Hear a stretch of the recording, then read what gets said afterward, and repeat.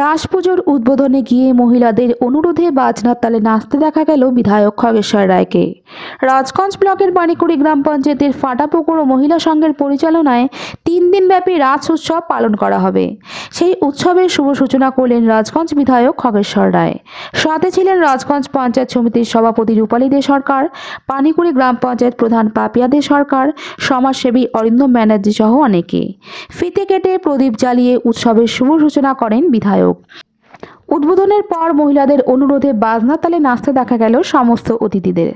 এই বিষয়ে বিধায়ক খগেশ্বর রায় জানায়, প্রতি বছর নেই, এবারও 2024 আমাদের রাজগঞ্জ বিধানসভার অন্তর্গত পানিকারি অঞ্চলের ফাটাপুকুর স্কুলপাড়া মহিলার সংঘের পরিচালনায় রাস পূজা। সেই রাস পূজা উপলক্ষে আজকে শুভ উদ্বোধন। এই শুভ উদ্বোধনে আমাদের মধ্যে উপস্থিত আছেন আমাদের রাজগঞ্জ পঞ্চায়েত সমিতির সভাপতি আমাদের রূপালী দে সরকার, বিশিষ্ট সমাজসেবী অরিন্দম ব্যানার্জি, এই অঞ্চলের প্রধান পাপিয়া সরকার থেকে এই অঞ্চলের এখানকার পঞ্চায়েত সদস্য আমাদের মানস পাল থেকে শুরু করে আপনারা দেখতে পাচ্ছেন মহিলার সংঘ এত সুন্দর যে রাস পূজা করে এবারে 3 দিন ব্যাপী। গত বছর 2 দিন ছিল, এবারে 3 দিন ব্যাপী ওদের যেটা ইচ্ছা এবং যেটা আছে আগামী বছর 7 দিন পূজা করবে, 7 দিন ব্যাপী হবে।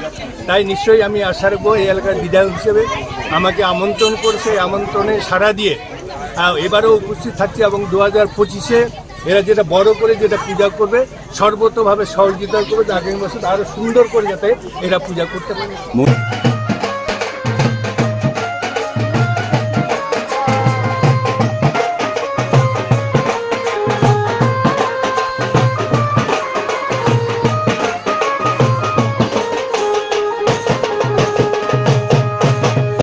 অন্যদিকে রাস উৎসব উপলক্ষে কমিটির সদস্য ও সদস্যরা জানায়, আমার খুব ভালো লাগছে, আমরা খুব আনন্দিত। আমাদের রাজগঞ্জ ব্লকের বিধায়ক আমাদের এই রাসমেলা মঞ্চে এসেছে, সেই জন্য আমরা সবাই খুব আনন্দিত মহিলারা।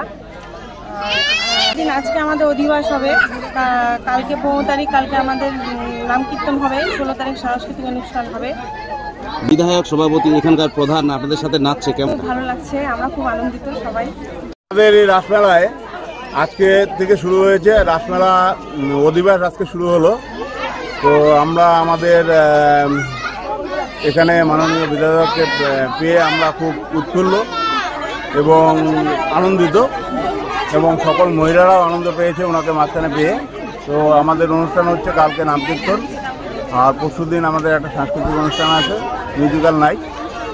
এই 3 দিন ব্যাপী আমাদের মেলা এবং অনুষ্ঠান চলবে। তো এবার প্রচুর পরিমাণ উৎসাহ দেখছি, মহিলারাও সর্বত্রভাবে নেমে এসেছে, সবাই সহযোগিতা করছে, সবাই খুব আনন্দ উপভোগ করছে।